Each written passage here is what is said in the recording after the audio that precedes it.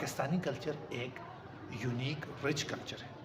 اس کو ہم culture exchange programme کے طور پر یوز کر سکتے ہیں. اس طرح ہمارے جو نیبرنگ کنٹری ہے چائنا کے ساتھ ہماری کریکٹرسٹک ملتی ہیں کسی کنٹیکس میں گلگت بلتستان سے، تو وہ بھی ہماری کلچر ڈپلومیسی ہو سکتی ہے اور ہو بھی رہی ہے. شہارہ ریشم ہے، یہاں پر ہمارے پاس کوئے کراکرم ہے، ہماری ماؤنٹینیس ریجن ہے، اور اسی کو ہم ٹورزم کے کنٹیکس میں یوٹیلائز کر سکتے ہیں.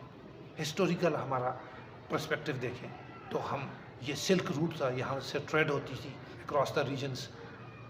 اور اسی طرح سے جب ہم اپنے کلچر کو دیکھتے ہیں جہاں پر مسلم حکمران آئے، افغانستان سے آئے، پرشیا سے آئے، سینٹرل ایشین ریجن سے آئے، جیسا کہ خاندان غلامہ ہو گیا، سلیو ڈائنیسٹی ہوگی، سید ڈائنیسٹی ہو گئی، خلجی ڈائنیسٹی ہو گئی، لودھی ڈائنیسٹی ہو گئی، پھر مغل حکمران، مغل ڈائنیسٹی، اور دین اس میں چھاپ آپ کو برٹش امپائر کی نظر آتی ہے 1857 سے 1947 تک.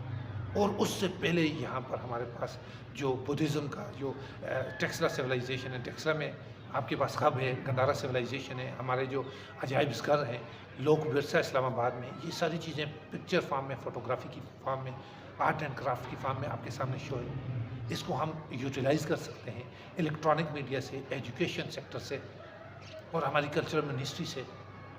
اسی طرح جب ہم اپنے کلچر کو دیکھتے ہیں تو یہ ہماری کلچر ریپرزنٹیشن کو شو کر سکتا ہے.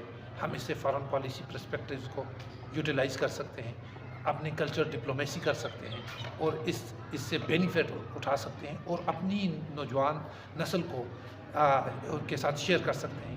ان کے ساتھ ان کو کلچر انڈرسٹینڈنگ ہونی چاہیے کہ کیا تھریٹس ہیں، ان تھریٹ سے کیسا بچا جا سکتا ہے، اور کس طرح سے ان کو ہم ایجوکیٹ کر سکتے ہیں. یہ جو ہمارا کلچر ہے، اس کی جو کلچر ڈائیورسٹی ہے، اس کو ایجوکیٹ کرنے کی ضرورت ہے. اس میں ہمیں پبلک اور پرائیویٹ پارٹنرشپ کی ضرورت ہے، اکراس دا پروونسز پارٹنرشپ کی ضرورت ہے، ہماری کلچر ہیریٹیج پہ ہمیں انویسٹمنٹ کرنے کی ضرورت ہے. تو ہمارے یونیک کلچر کی بیوٹی ہے، اس کو ہم تھریٹ سے بچا سکتے ہیں. آئیے اپنے کلچر کو جانیں، کلچر کے بارے میں سمجھیں، کلچر کو انڈرسٹینڈ کریں، اس پہ ریسرچ کریں، اور اس کو پروٹیکٹ کریں.